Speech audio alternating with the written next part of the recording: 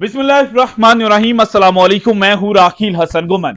नाजरीन, अब से चंद घंटे के बाद पाकिस्तान और न्यूजीलैंड के माबैन पहला टी20 मैच जो है वो खेला जाएगा। ऑकलैंड में जनाब ये मैच खेला जाना है और ऑकलैंड के स्टेडियम की अगर बात की जाए, उसकी स्ट्रेट बाउंड्रीज और स्क्वायर बाउंड्रीज की बात की जाए, तो ये जनाब जो क्रिकेटिंग ग्राउंड्स हैं दुनिया के जितने भी, उनमें सबसे छोटी बाउंड्री रखने वाला जनाब स्टेडियम है। स्ट्रेट बाउंड्री की बात की जाए तो यह बनती है तकरीबन 55 मीटर की, और स्क्वायर बाउंड्रीज की बात की जाए तो यह है जनाब 65 मीटर की। और यह इनिशियली जनाब एक रग्बी का ग्राउंड था और बाद में इसके ऊपर ड्रॉप इन पिचेस इस्तेमाल करके इसे क्रिकेटिंग ग्राउंड के अंदर कन्वर्ट किया गया।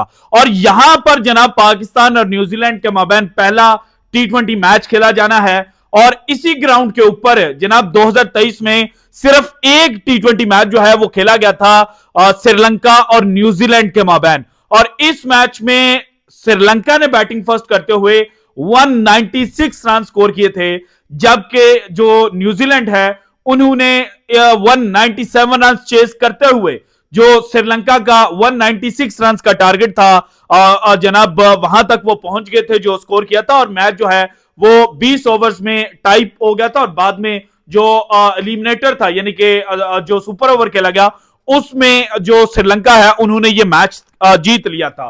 और इस ग्राउंड के अगर जनाब स्टैट्स देखे जाए तो ये एक हाई स्कोरिंग ग्राउंड है, क्योंकि बाउंड्रीज बिल्कुल शॉर्ट है और यहां पर छक्के चौके जो है वो बहुत ज्यादा लगते रहे हैं। सो इसी वजह से पाकिस्तान अब एक नया जुगाड़ जो है वो लगाने जा रहा है। इसके बारे में कुछ दिनों से चहमगोइयां हो रही थी, लेकिन आज पाकिस्तान क्रिकेट टीम के जो कप्तान हैं शाहीन शाह अफरीदी, जो बाबर आजम के बड़े क्लोज समझे जाते थे, उन्होंने जनाब एक इंकिशाफ किया। और वो इंकिशाफ ये था कि जनाब जो चहमगोइयां आप सुन रहे थे और जो खबरें हमने आप तक पहुंचाई थी वो जनाब 100% सच है। और पाकिस्तान एक नया कॉम्बिनेशन जो है वो ट्राई करने जा रहा है, लेकिन ये कॉम्बिनेशन की आड़ में क्या गेम खेली जा रही है ये अभी तक पाकिस्तान के जो क्रिकेट शायकीन है वो समझ नहीं पा रहे थे। और अब जनाब पाकिस्तान के साबिक कप्तान राशिद लतीफ साहब ने एक ट्वीट की है और उस ट्वीट के अंदर दो तस्वीरें जनाब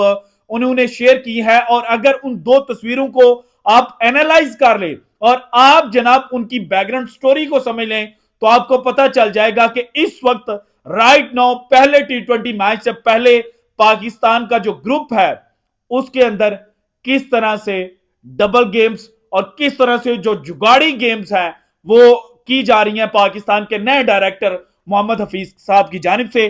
सो वो दोनों तस्वीरें जो हैं वो मैंने आपके साथ शेयर करनी है ताकि आपको समझ लग जाए और हमारी जो खबरें हैं उनकी जनाब जो ऑथेंटिसिटी है उसका भी आपको अंदाजा हो जाए कि जनाब हम हवा के अंदर कोई बात नहीं करते, हम जनाब बकायदा जो सोर्सेज हैं उनसे मालूमात लेकर और फैक्चुअल बातें जो हैं वो आपके सामने रखते हैं। इसके बाद जनाब जो दूसरी खबर आज की वीडियो में मैंने आपके साथ शेयर करनी है वो मैंने अपने थंबनेल के ऊपर लिखी है, इमाद वसीम की आईपीएल में एंट्री। और मुझे पता है जनाब ये लाइन देखकर मेरे जनाब जो क्रिकेट लवर्स हैं और जो मेरे चैनल को रेगुलरली फॉलो करते हैं वो बड़े नाराज भी होंगे कि भाईजान ये आप क्या बोल रहे हैं। तो भाईजान जहां से ये खबर मैंने ली है उनकी जो टाइटल लाइन थी वो यही थी कि पाकिस्तान के सितारे की आईपीएल के अंदर एंट्री होने जा रही है। सो किस तरह से ये आईपीएल के अंदर एंट्री समझी जा रही है ये जनाब मैंने आपके साथ डिस्कस करना है। इसके अलावा न्यूजीलैंड के जो कप्तान केन विलियमसन है उन्होंने पाकिस्तान के साबिक कप्तान बाबर आजम के हवाले से कुछ गुफ्तगू की है, वो भी आपके साथ शेयर करनी है। और इसके अलावा जनाब जो आईसीसी है उन्होंने भारतीय क्रिकेट बोर्ड के ऊपर ना सिर्फ बिजलियां गिराई हैं बल्कि भारत को एक जोरदार जनाटेदार जो थप्पड़ है जिसकी सू सू की आवाज आपके कानों के अंदर गूंजती रहती है जनाब, थप्पड़ खाने के बाद भी उस तरह का जो थप्पड़ है वो आईसीसी ने बीसीसीआई को मारा है। और इसके ऊपर भी डिटेल डिस्कशन करनी है। जबकि इसके अलावा जो पाकिस्तान के साबिक कप्तान बाबर आजम उनको एक नई पेशकश और उनके ऊपर जो पैसों की बरसात होने जा रही है उसके हवाले से भी जो डिटेल्स हैं वो मैंने आपके साथ शेयर करनी है। सो सबसे पहले सरहद पार से जो दो खबरें हैं पाकिस्तान के जनाब स्पिनिंग ऑलराउंडर इमाद वसीम की आईपीएल के अंदर एंट्री और आईसीसी ने भारतीय क्रिकेट बोर्ड को जो जनाटेदार थप्पड़ मारा है उसके ऊपर पहले बात करते हैं। देखें भारतीय क्रिकेट टीम के हवाले से एक बात की जाती है, और जो बेशतर क्रिकेट के पंडित हैं वो ये कहते हैं कि जनाब भारतीय क्रिकेट टीम जो है वो घर की शेर है। और जब मैंने ये बात करनी है, बल्कि मैंने कर दी है, तो अब कुछ भारतीय क्रिकेट जो लवर्स हैं वो नाराज होंगे और फिर नीचे आकर मुझे कहेंगे कि ऑस्ट्रेलिया के अंदर आपने आज तक कोई मैच नहीं जीता हुआ। तो इनके लिए जनाब मैं अगली वीडियो के अंदर जो सीना कंट्रीज के अंदर मैचेस जीतने के स्टैट्स है ना वो आपके साथ शेयर करूंगा। लेकिन राइट नाउ जो आईसीसी है उन्होंने भारत को घर का शेर होने की जो मोहर है वो लगा दी है, और मोहर इस तरह से लगी है कि विजडन ने एक खबर शेयर की है, और उस खबर के मुताबिक WTC चैंपियनशिप यानी कि वर्ल्ड टेस्ट चैंपियनशिप जिसके 2 फाइनल्स जनाब भारत खेल चुका है, और दोनों दफा, पहली दफा 2021 में न्यूजीलैंड के हाथों इंग्लैंड में शिकस्त खाई, और दूसरी दफा 2023 में ऑस्ट्रेलिया के हाथों जनाब इंग्लैंड के अंदर शिकस्त खाई।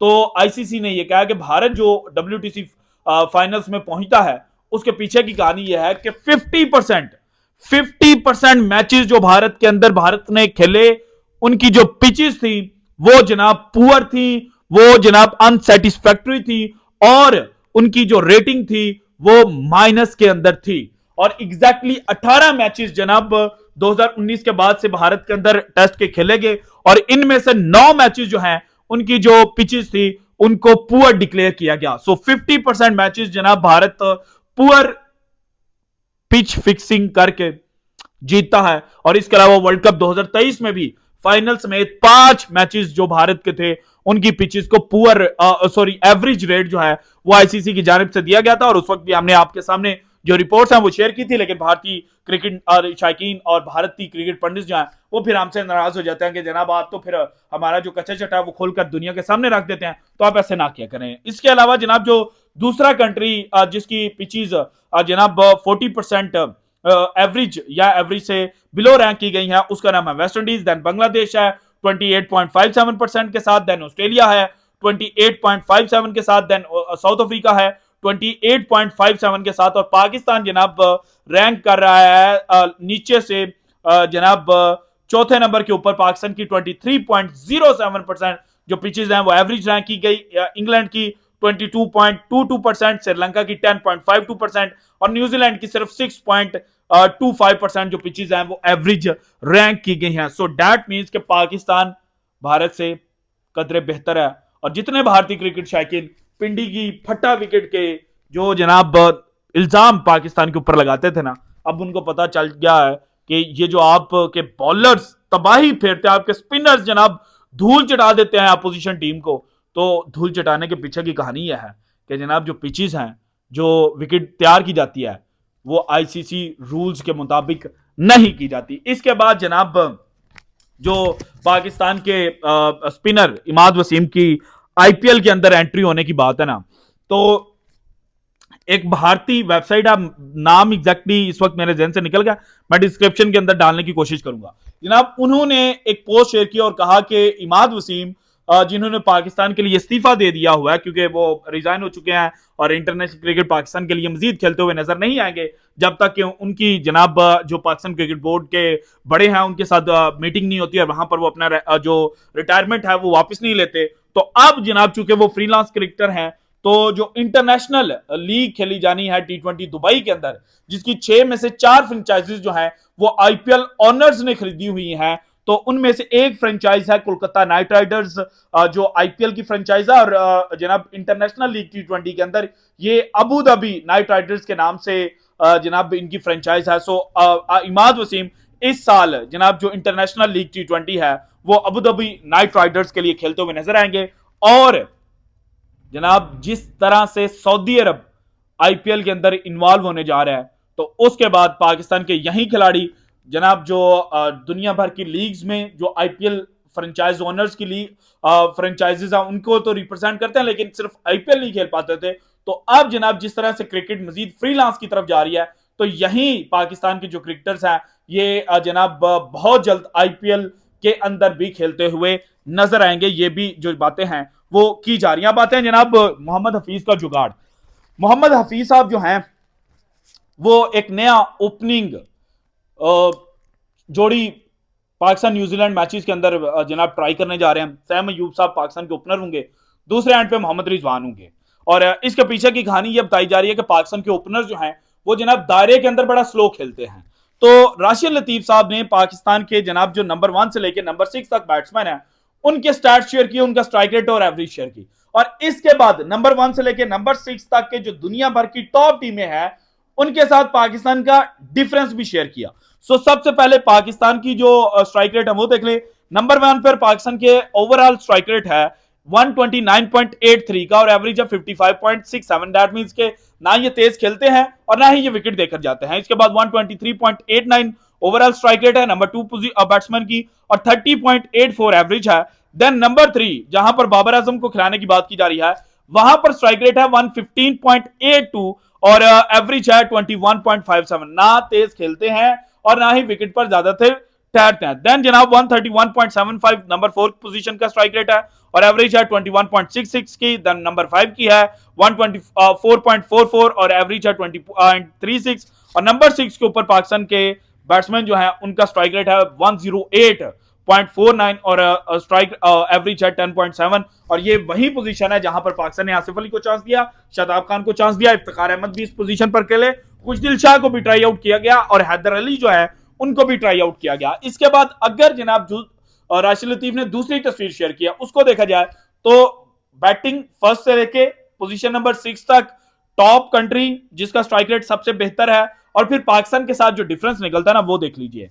न्यूजीलैंड का है नंबर 1 पोजीशन पर 143.77 का, पाकिस्तान का है 129.80 और डिफरेंस है 13.97। इसके बाद इंग्लैंड नंबर 2 पोजीशन पर बेहतरीन स्ट्राइक रेट है 146.09 और पाकिस्तान का है 123.89 और 22.20 का जनाब डिफरेंस है। देन साउथ अफ्रीका है 154.29, पाकिस्तान का था 115.82, डिफरेंस है ऑलमोस्ट 38 का। देन इंडिया नंबर 4 के ऊपर और इनका स्ट्राइक रेट है 161.37, पाकिस्तान का 131.75, डिफरेंस है ऑलमोस्ट 30 का।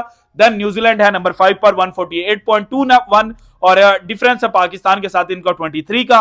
और ऑस्ट्रेलिया है नंबर 6 के ऊपर 153.57 और पाकिस्तान का है 108। दैट मींस के डिफरेंस है 45 का।